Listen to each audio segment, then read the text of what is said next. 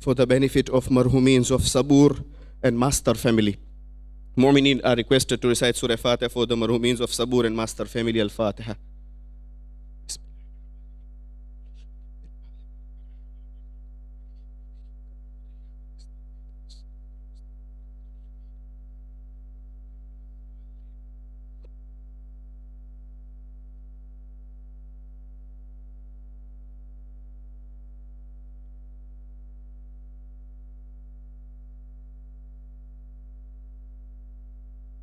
Mu'mineen are also requested to recite Surah Fatiha for the Shohada, for the martyrs who were martyred, for those pilgrims on their way to Kazmain. Just now Mullah Sahib informed me that other Shohada were killed today in the morning when they were going on their way to Ziyarah of Imam Kazim alayhi salam. Approximately 54 people were martyred this morning, in the morning, and 78 are injured. Though the number of these awars were 7 million in Haram of Imam Musa al-Kazim alayhi salam. The more they kill, the number of zawars increase. Let us remember these zawars, these shuhada, these pilgrims, with Surah Al-Mubarakat Al-Fatiha.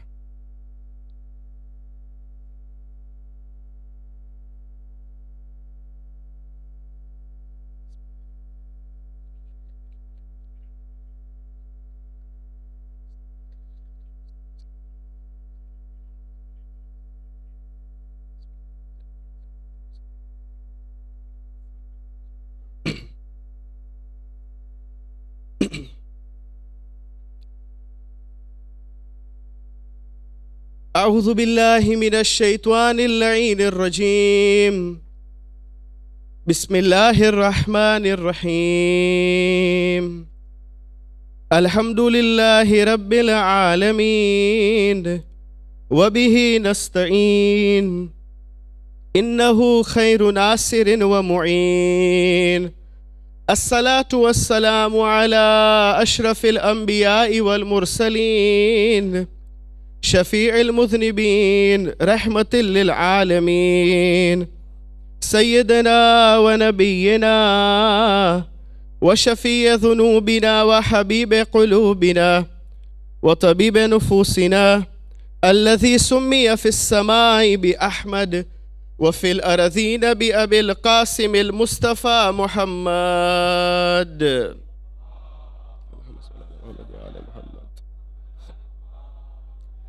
ثم الصلاة والسلام على أهل بيته الطيبين الطاهرين المعصومين صلوات الله عليهم أجمعين ولعنة الله على أعدائهم ومنكر فضائلهم وغاصب حقوقهم من الأولين والآخرين من الآن إلى قيام يوم الدين. أما بعد، فقد قال الله تبارك وتعالى في كتابه المجيد وكلامه الكريم وقوله الحق.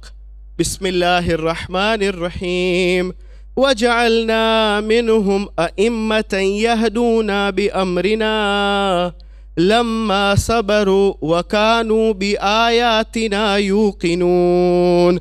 آمنا بالله وصدق الله العلي العظيم. صلوا على محمد وآل محمد.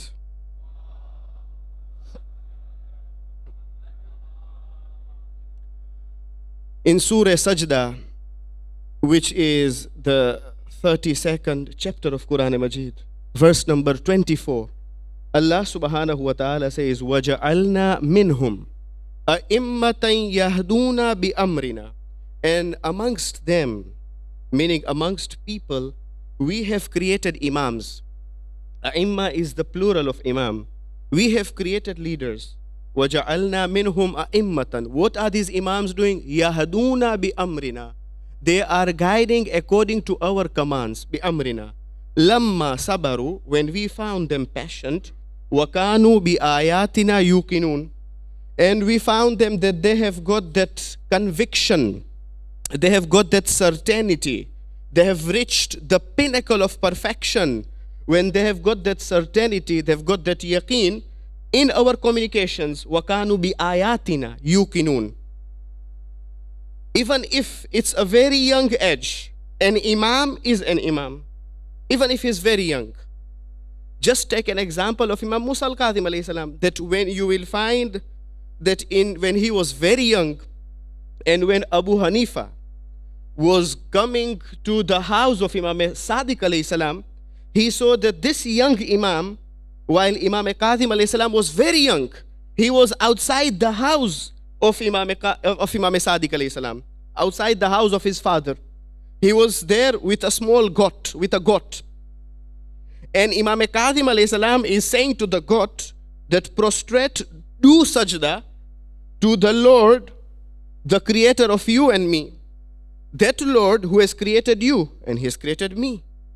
Now, when Imam Abu Hanifa comes closer, and when he sees, he was amazed that this is very young boy. Indeed, Imam at that time, he was at very young age. He is very young. So he was amazed.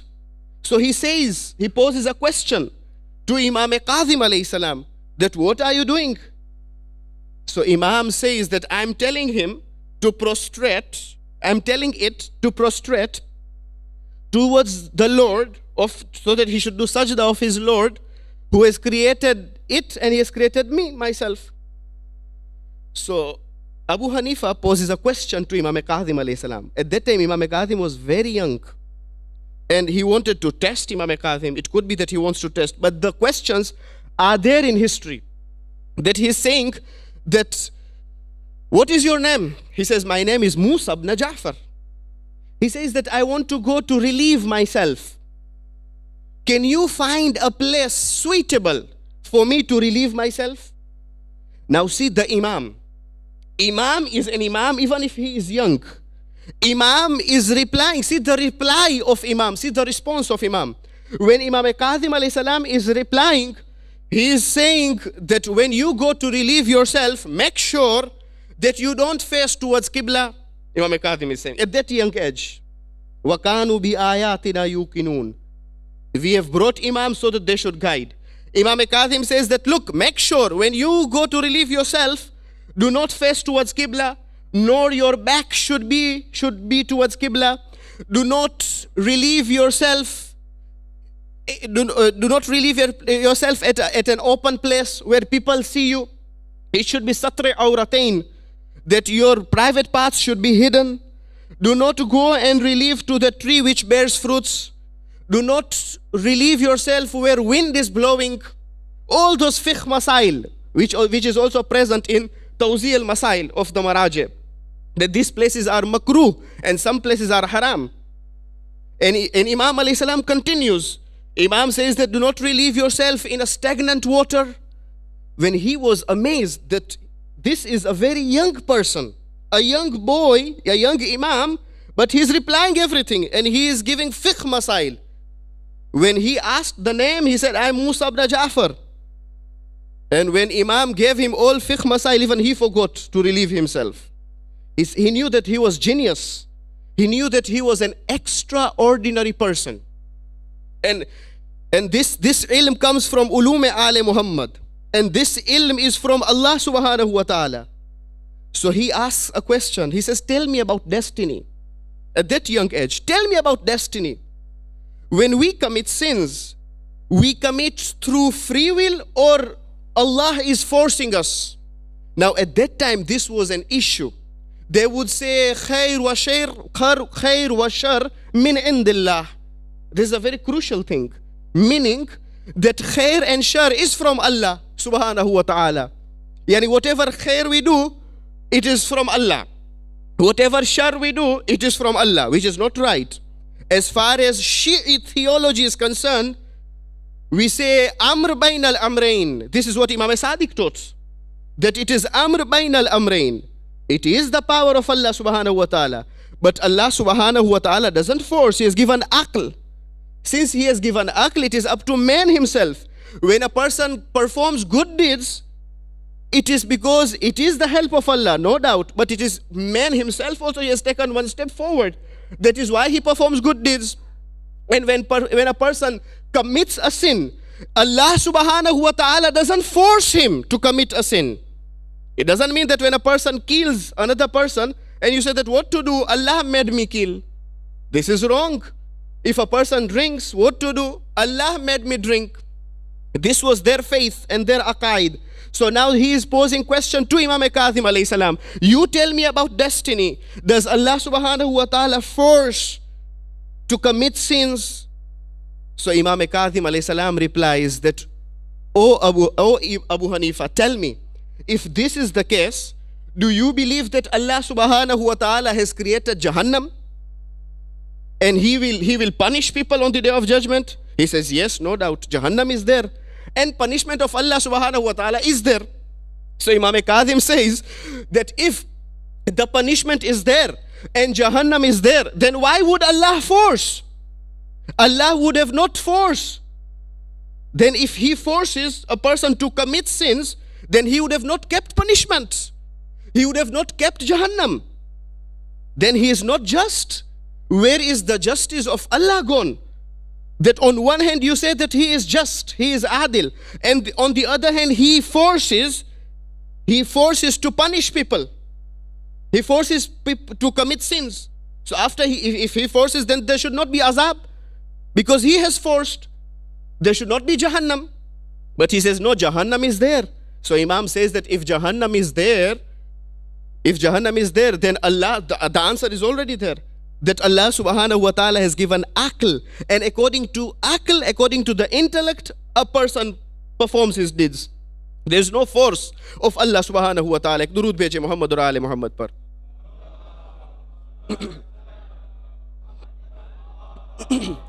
These two Imams, Imam Baqir alayhi salam and Imam Sadiq alayhi salam, these were two personalities that we all know that they got ample time to preach and propagate Islam. Why? Because these two powers, they were fighting amongst themselves, Bani Umayyah and Bani Abbas. And when Bani Abbas was busy and when Bani Umayyah was challenged, their influence was challenged by Bani Abbas.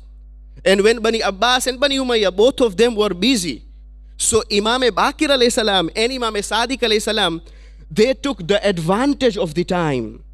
What did they do? Imam Baqir alayhi salam laid the foundation of madrasa, and that madrasa was in Masjidun Nabi, that Imam Baqir alayhi salam would teach. And he would not teach only Shias. From each and every place, from each and every sport, people would come, students would come, Tulab would come, and they would learn and they would benefit from Imam Baqir alayhi salam. And Imam Baqir alayhi salam did not teach only ilm rijal or ilm fiqh or ilm aqaid, but he taught also geography. He taught also basic applied mathematics. Imam Baqir alayhi salam also taught chemistry. And history tells us that the student of Imam Baqir alayhi salam, known as Jabir bin Hayyan, he was called the father of chemistry. Now you can imagine, if the student is called the father of chemistry, what will you say about the teacher himself? And that is Imam Baqir alayhi salam.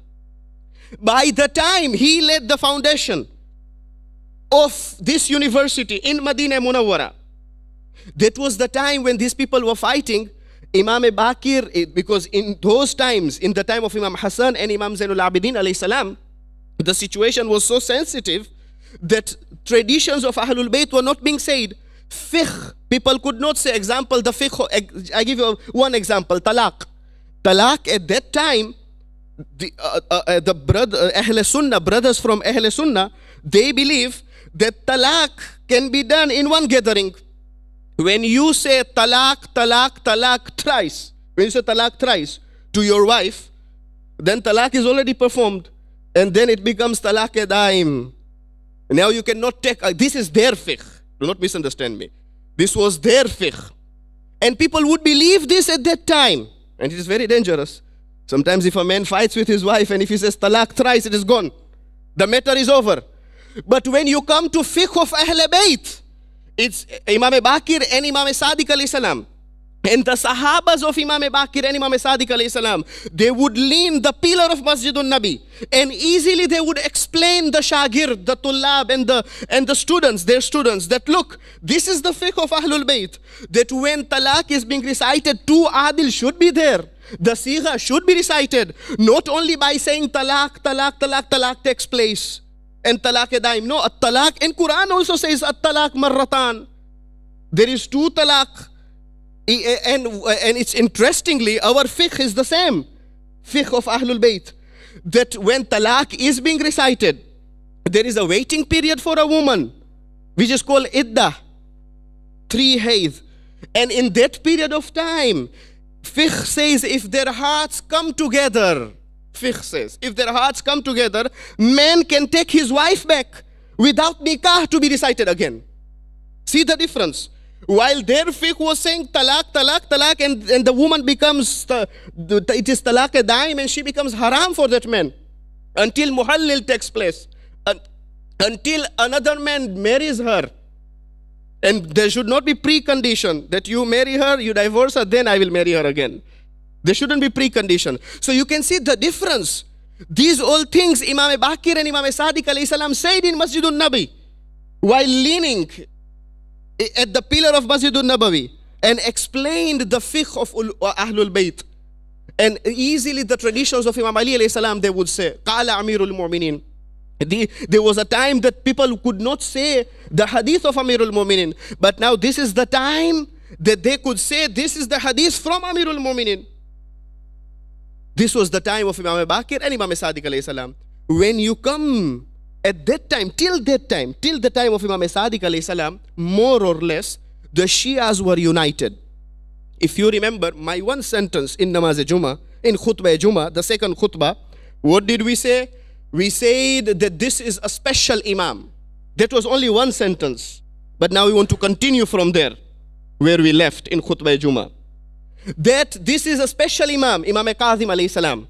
Why is he special? Because we are distinguished from this Imam. Till Imam Sadiq alayhi salam, the Shias were united. They were together. But after Imam Sadiq alayhi salam, Imam Sadiq alayhi salam had another son, balki an elder son, who was known as Ismail. He was very upright, very pious, very virtuous. He was always sitting besides his father, Imam Sadiq alayhi salam, close by his father. And at that time the Zawars would come. He was very noble. History bears witness about this. If you tell me that he should be noble because he was the son of Imam, notice that in the time of other Imams, there were some sons. The son of Imam Musa al-Kadhim was not noble, Abdullah. He claimed that he was Imam. Zayd, the son of Imam Musa al-Kadhim alayhi salam, was known as Zaydun Nar, Zayd the fire of hell, because he was against Imam Ridha alayhi salam. So there were some children of Imams who were not pious, but this son of Imam Kazim alayhi salam was Imam Sadiq alayhi salam was very pious, Ismail. He was always seated besides his father, and the Zawars from Syria and from Egypt, when they would come, when they would visit Imam Sadiq alayhi salam. Now this is the problem. Assumption. Many a times it's just to presume. It is just to assume that this was the same problem. That they just assumed. Neither Imam uttered something, that this is my successor, that this will be the next Imam. Imam did not utter, but they just assumed when they would come to perform the ziyarah of Imam Sadiq alayhi salam in Medina, from Egypt and Syria, the groups of people, when they would see Imam, besides him there is a pious son, there is a virtuous son. When they would go back, they would tell others that the next Imam, it looks like that it is Ismail, the son of Imam Sadiq alayhi salam. I give you an example of assuming things. Sometimes it's just an example. Just in case, if there is a power cut in this masjid, whole day, since morning, people came here, example, if it's Thursday, yeah, rarely it happens so in this country, but just in case if it happened, if there is a power cut, somewhere in Duxbury Road, there's something wrong, and there was no electricity, In Zohrain, when people came for Namaz-e-Zohar, they could not open the shutter for some reasons, because there was no power. For some reasons, they found that we can't do anything now, let us go back. Namaz-e-Zohrain was not led, example. And they went back. There was no electricity, no power till evening. Yeah, till evening, till 7 o'clock. Now those people who were staying in other areas, they came for namaz, for Dua Kumel, for Ziyarat-e-Waritha, for Majlis. When they came, they'll phone Maulana that, oh Maulana, we are here, let us come. But Maulana says that there is no power. And when Maulana received the call, at that time the electricity came. So Maulana will say that fine, the electricity has come, we are coming. And when Maulana went, before Maulana leaves the home, he receives another call of another person who says that I heard that there is no Thursday program today, it is cancelled. Why is it cancelled? Because there's no electricity in Duxbury Road. But I will pose a question, that who said, did Jamaat take out tax? Were there tax officially? Did you see in Jamaat website? Did you get this information from a reliable source? No. Who told you? Mr. X. Mr. X told me that the program is cancelled. So this is assumption, that Mr. X made an assumption that the program is cancelled. But in reality, the program is not cancelled. The program is on. Same applied to this, that when they came to Medina, and when they saw a virtuous, pious, upright son of Imam, they went back and they said that Ismail is the Imam of the time. He is the next Imam. But unfortunately or fortunately, in any case, it was the maslahat of Allah subhanahu wa ta'ala that in the lifetime of Imam Sadiq alayhi salam, Ismail passed away. And where did he pass away? He passed away 3 or 4 miles away from Medina. Now Sheikh Mufid says that, because there are some denominations, they believe that because Ismail was the eldest son, he should be the Imam. In any case. But Sheikh Mufid says that if he is the eldest son, even if he is the eldest son, but he passed away in the lifetime of Imam Sadiq alayhi salam, so you can't take an Imam who is dead. He should be a living Imam. You've got a genuine reason here. You can't take him as an Imam. When he passed away, when Imam Sadiq was informed, Imam alayhi salam left. He went to that place. He brought the corpse himself. And ghusl was performed. Kafan, dafan, everything. Kafan was, he gave shroud himself under his supervision. Then Imam Sadiq alayhi salam commanded that now the corpse should be taken to Jannatul Baqi, and there Ismail should be buried. While they were taking the corpse, history tells us that Imam Sadiq alayhi salam 3 times he commanded that the corpse should be kept down. And then he said to his companion Mufazzal, that, who was very prominent companion of Imam Sadiq alayhi salam, that open the coffin, lift the lid of the coffin. After you have lifted, open the shroud, and then Imam would ask one question, is he dead? 3 times. This happened 3 times. Now the historians here, they write, they said that na'udhu billah, Imam lost the balance of his mind. Na'udhu billah. The historians write. But I would say that Imam never loses the balance of his mind. Imam doesn't lose the control of his mind. If Abu Dhar, who was Ghair Masoom, the prominent companion of Rasulullah, if his son passed away, so Abu Dhar said, history tells us, that I thank Allah subhanahu wa ta'ala, you have taken my son from temporal world, and you have sent him to permanent abode. So Abu Dhar, who is not Masoom, who is Ghair Masoom, he has got this hikmat. Imam should not have hikmat. Imam should not have this wisdom. No, this was a lesson to the people, that do not take him as your Imam, because he is dead. And you cannot take a dead as an Imam. The Imam should be living. And tomorrow do not make stories, because there are other denominations. And I made a small research. You will find that there are so many other denominations who believe that this Ismail, he has gone to Ghaiba, he has gone to occultation. So Imam with his ilm ghaib, he knew Imam alayhi salam wanted to explain them that look, tomorrow do not say that he has gone to occultation. Tomorrow do not say that he has gone to ghaibah.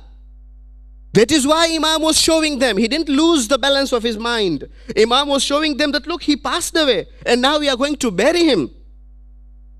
And he was buried in Jannatul Baqi. Now, from there, we splitted. Otherwise, we were together.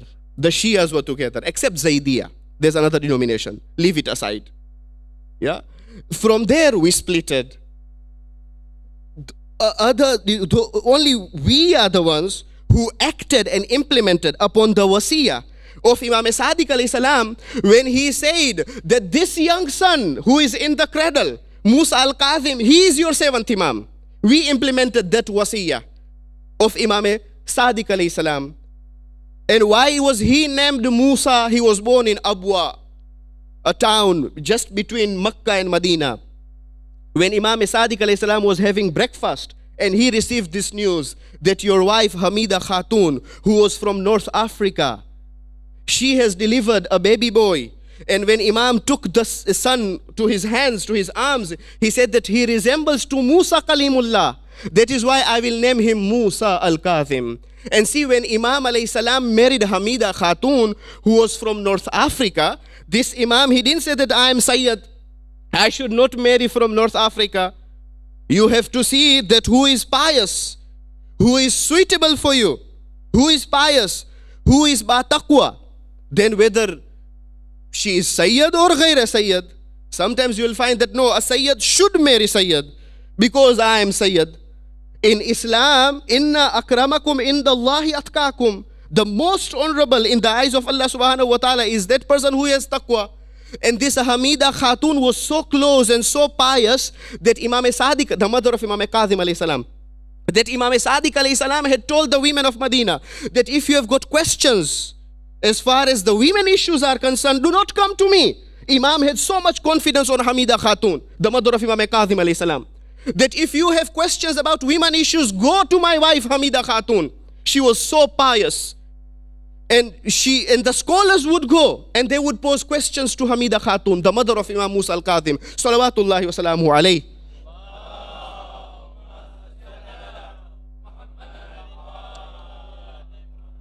That was the time where we splitted.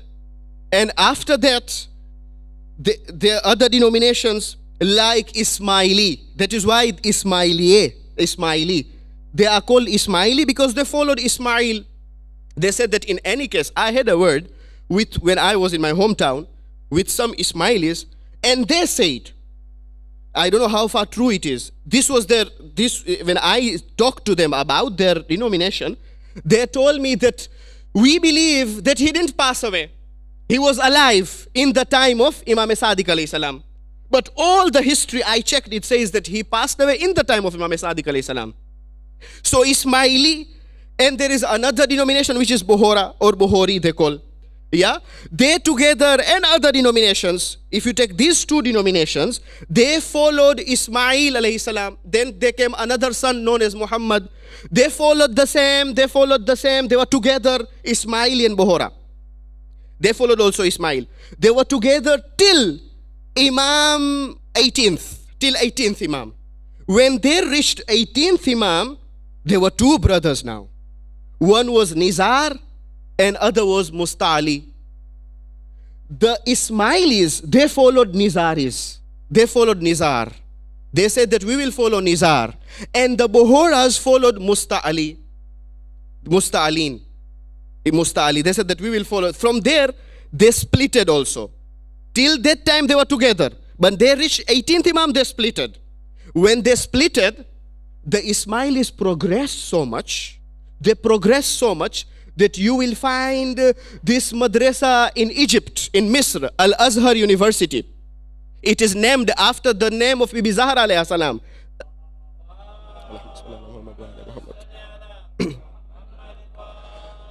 Azhar is the masculine of Zahra. Zahra is the feminine gender. Azhar is masculine of Zahra. So they named the Ismailis are the founder of this university. Not now, They are the founders. Now, in whosever hands it is, you leave it aside. We don't want to enter there. But they are the founders, Ismailis, of Al-Azhar University. They progressed so much. And then the Bohoras, who took Musta'ali as their Imam, when they took 18 and onwards, when they reached Imam 21, the 21st Imam, if I'm not mistaken, it was Imam Qasim. When they reached there, Imam 21, then they didn't continue the descendants. The descendants didn't continue. What did they say? That now from Imam 22 onwards, because now they've got till Imam 52. From Imam 22 onwards, there will be Da'i. Da'i means representative. The representative of the Imam. Yani the descendants of Ismail, when we took you from 6 or 7 onwards till 21, these are the descendants, these are Sayyids, these are the descendants from Imam Sadiq alayhi salam. When they reached 21, they said that now this Imam, he went to occultation, he went to Ghaibah, and 22 onwards now there is Da'i. There is an Imam, there is a representative, not Imam, he is a representative Da'i. He is appointed by Imam, appointed to Imam.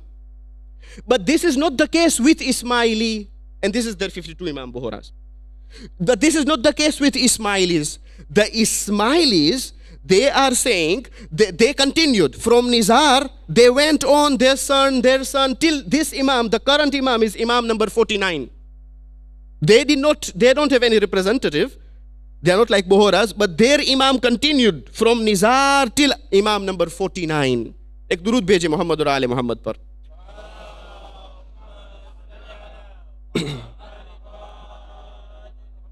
So this is the situation, that we got this Imam, we are the ones who followed the wasiyah of Imam Sadiq alayhi salam, that when Imam Sadiq said that this is your Imam, who is in the cradle, this young Imam, who is still an infant, this is your Imam, because we believe that Imamat comes from Allah subhanahu wa ta'ala.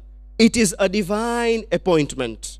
We can't appoint ourselves. It's not shura to consult with people that now this personality should be made an Imam. No, it is a divine appointment.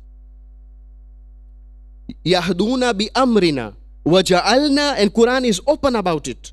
Waja'alna minhum a'immatan yahduna bi amrina. We have made them Imam, and they are going to guide according to us, according to our commands. Lamma sabaru, because we found them patient. Wakanu bi ayatina yuqinun, because we found them that they have attained that conviction and they've attained that certainty in our communications, in our signs. اور امام کاظم علیہ السلام کے زمانے میں واقعاً ان کے لیے بہت سخت تھا, کیونکہ زمانہ بہت حساس تھا, بہت سینسٹیو تھا. آپ دیکھیں اس وقت وہ کتابیں جیسے کہ ایرسٹوٹل کی کتاب, فلسفہ کی کتاب, ایرسٹوٹل کی کتاب, افلاطون اور ایرسٹوٹل, پلیٹو, سوکریٹس, سقراط کی کتاب, یہ ساری کتابیں ٹرانسلیٹ ہو گئی تھی, ان کا ترجمہ ہو گیا تھا عربی میں. تو اس وقت لوگ پڑھتے تھے, مطالعہ باقاعدہ کیا کرتے تھے, کیونکہ وہ لوگ مطالعہ کرتے تھے. اور جب انسان پڑھتا ہے تو ان کی ایٹیٹیوڈ بھی بدلتی ہے, ان کا تھنکنگ بھی بدلتا ہے.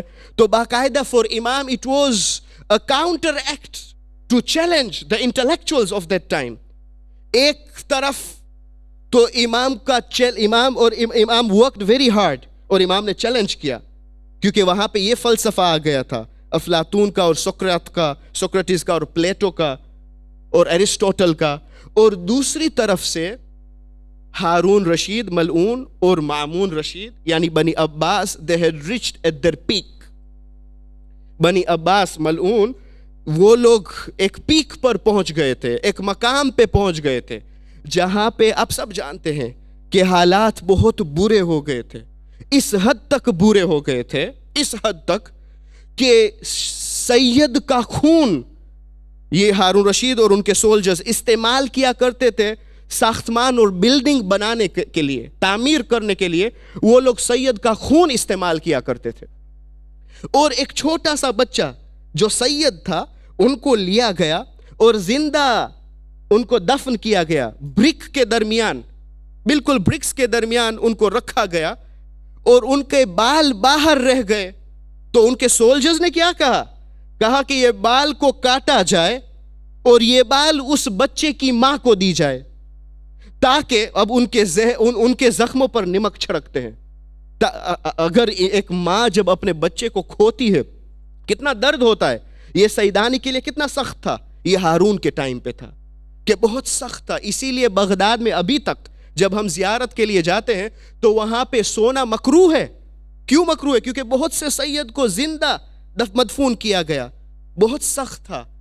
آپ دیکھیں محمد بن ابی عمیر جو امام کے صحابی تھے اور امام کے پاس آتے ہیں اور امام سے کہتے ہیں کہ ابن رسول اللہ. ایک زمانہ تھا کہ جب وہ کہتے ہیں کہ مجھے کام ملا کہ میں جج بنوں ہارون کے کورٹ پہ, تو امام نے انکار کیا. امام کاظم نے, یہ بھی ایک درس ہے ہمارے لیے, ایک چیلنج ہے.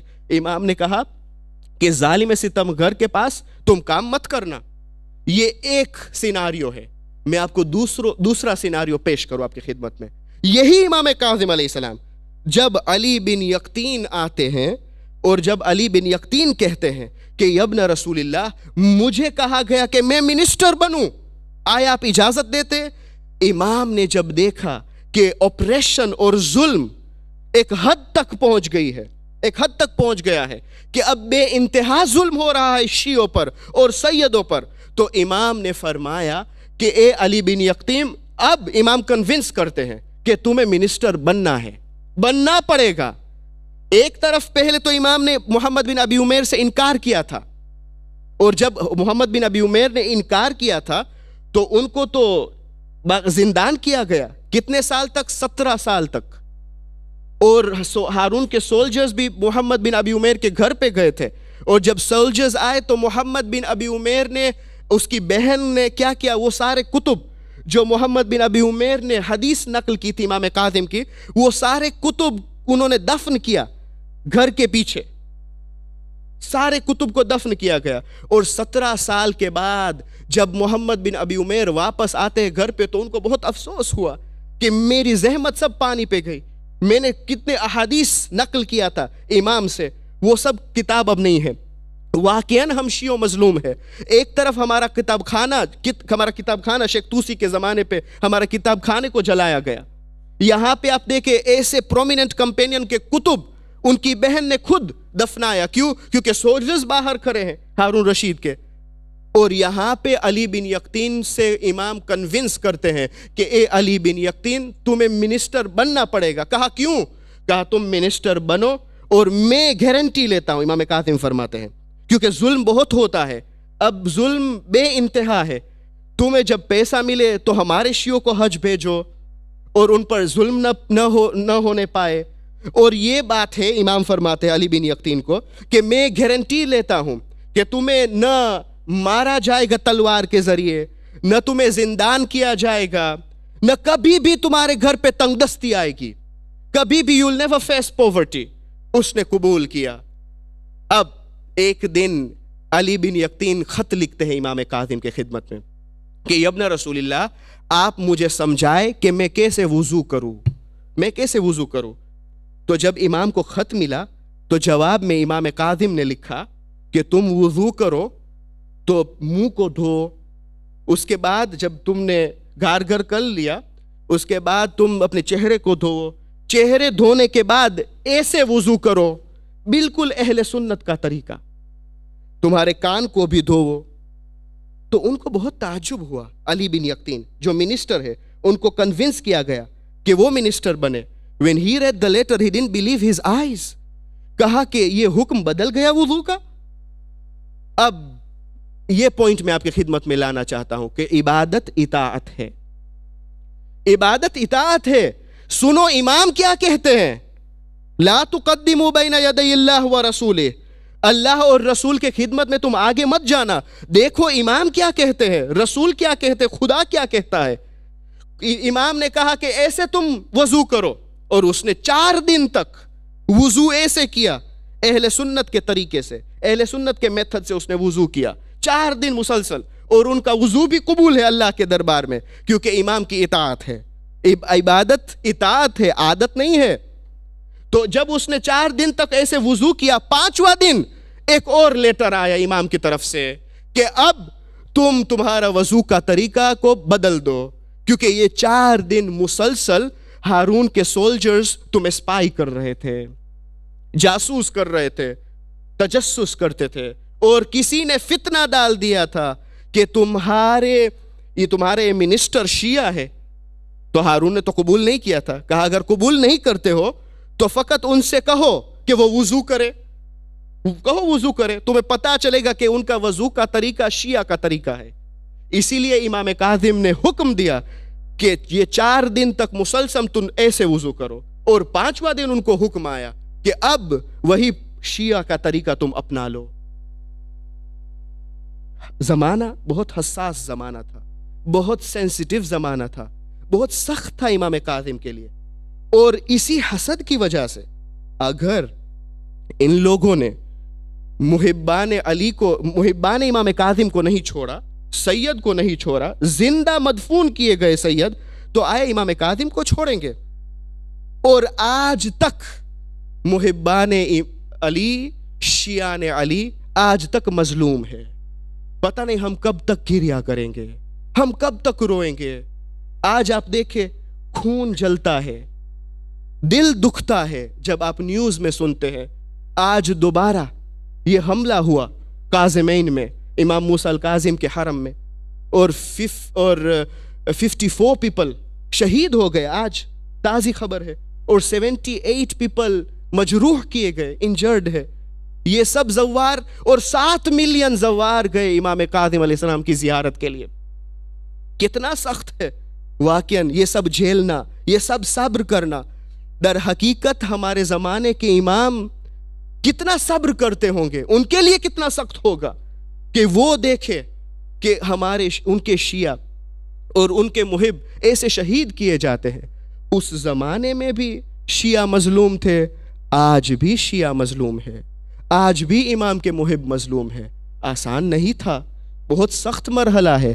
واقعاً آج میں تاریخ دیکھ رہا تھا تو یہ ایک امام ملتے ہیں ہمیں تاریخ میں، امام کے سرس میں، امام کے فہرست میں، کہ آخری لحظے تک، مرتے دم تک ان کے ہاتھوں میں ہتھ کریاں تھی۔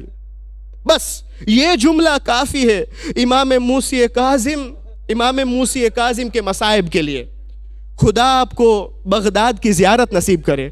جب آپ کاظمین جائیں تو آپ اپنے قافلے سالار سے کہو کہ وہ آپ کو دکھائے جو پریزن امام کاظم کو رکھا گیا، جو زندان امام کاظم کو رکھا گیا، وہ زندان بھی عجیب زندان تھا، عجیب زندان تھا، بالکل سرداب تھا، یعنی بیسمنٹ، اور فقط کھڑکی تھی، ایک کھڑکی ہے، ایک کھڑکی، اور وہاں پہ پتہ بھی نہیں چلتا تھا کہ یہ دن ہے یا رات ہے۔ اور اگر امام کو زندان کیا گیا، امام موسیٰ الکاظم کو زندان کیا گیا، نہ 1 سال نہ 2 سال، روایت مختلف ہے۔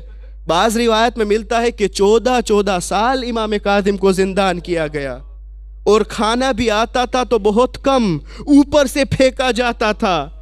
کتنا سخت تھا امام کاظم کے لیے۔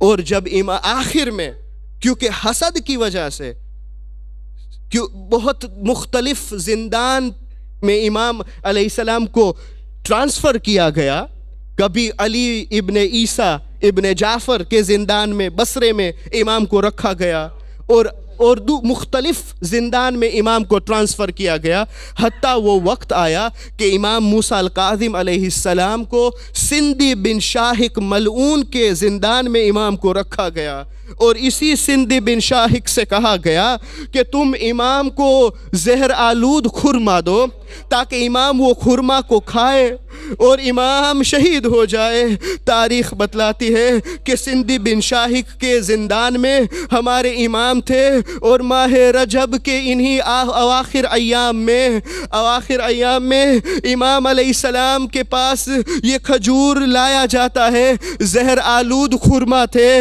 امام نے کچھ خرما کھائے تو سندھی بن شاہق کہتا ہے ملعون آپ اور تناول فرمائے اور زیادہ کھائے. امام نے کہا کہ تو کامیاب ہوا تمہارے مقصد میں جہاں پہ تو مجھے بھیجنا چاہتا ہے اب میں جا رہا ہوں. بس تاریخ بتلاتی ہے کہ 3 دن امام بستر موت پر سوتے رہے. 3 دن تک حالت متغیر ہوتی جا رہی تھی, حالت بدل رہی تھی. طبیب کو بھی بلایا گیا تاکہ یہ خبر نہ ہو کسی کو کہ ہارون نے زہر دیا, لیکن امام نے طبیب سے کہہ دیا تھا کہ مجھے ہارون نے زہر دیا اور میں چند دنوں کا مہمان ہوں. عزادارو لو غضب ہو گیا, قیامت آ گئی. ماہ رجب کی 25ویں تاریخ تھی کہ امام کی روح جنت کو پرواز کر گئی. اب جو شیعان علی جو امام کے محب تھے سب زندان کی طرف آنے لگے. ایک مرتبہ سندھی بن شاہق نے کیا کیا, واقعاً غریب الغربا ہے امام کاظم کی غریبی آپ دیکھیں. سندھی بن شاہق نے امام کے بدن اقدس کو لیا اور پورے بغداد پہ رکھا اور پھر کہا کہ ھذا امام الرافضی فاعرفوہ, یہ شیعوں کے امام ہے, یہ رافضی کے امام ہے, اس کو پہچانو. پورے بغداد کے برج میں امام کاظم علیہ السلام کے بدن کو رکھا گیا. ہاں, جن کے آپ اہل و عیال 40 تھے, آپ کے اہل و عیال 40 تھے. دوسری روایت میں یہ ملتا ہے کہ امام پر اولاد تھے, امام کی بہت ساری اولاد تھی, 40 اولاد تھے, لیکن 40 اولاد ہونے کے باوجود ایک بیٹا بھی موجود نہیں ہے. ایک بیٹا بھی موجود نہیں ہے امام کے بدن پر. ایک محب جب وہاں پہ پہنچتا ہے تو ایک محب نے کہا, شیخ حر عاملی لکھتے ہیں کہ ایک محب نے کہا کہ میں امام کاظم علیہ السلام سے پوچھوں گا کہ آیا آپ کی موت طبیعی تھی یا آپ کو زہر دیا گیا. جب اس نے امام سے پوچھا تو امام نے اس لفظ کو 3 مرتبہ دہرایا اپنے لب مبارک سے, قتلاً قتلاً قتلا, مجھے قتل کیا گیا, مجھے قتل کیا گیا, مجھے قتل کیا گیا. ہم یہاں پہ سب اکٹھے ہوئے ہیں, امام رضا علیہ السلام کو پرسہ دینے آئے ہیں. میں کہوں گا اے امام رضا, پھر بھی آپ خوش نصیب ہے کہ آپ تحی الارض کے ذریعے سے آپ پہنچ گئے اور آپ نے غسل دیا, کفن پہنایا اور سرزمین قازمین میں آپ کے والد بزرگوار کو سپرد خاک کیا. ہائے, مجھے ایک امام یاد آتا ہے جو شام غریبہ میں لاشوں کے درمیان کھڑا ہوا ہے, ہاتھوں میں ہتھکڑیاں, پاؤں میں بیریاں, گلے میں خاردار توک اور حالت متغیر ہوتی ہے. زینب کبریٰ پہنچتی ہے سید سجاد کے پاس, سید سجاد کو ہلاتی ہے, سید سجاد تم بھی قضا مت کرو بیٹا. امام سجاد نے پھوپھی اماں سے کہا, اے پھوپھی اماں میں کیسے برداشت کروں, ان لوگوں نے اپنی نجس لاشوں کو تو دفنایا اور میرے بابا کا لاشا بے گھورو کفن پڑا رہا. الا لعنت اللہ علی القوم الظالمین وسيعلم الذين ظلموا أي منقلب ينقلبون إنا لله وإنا إليه راجعون رضا بقضائه وتسليما لأمره. ماتم حسین.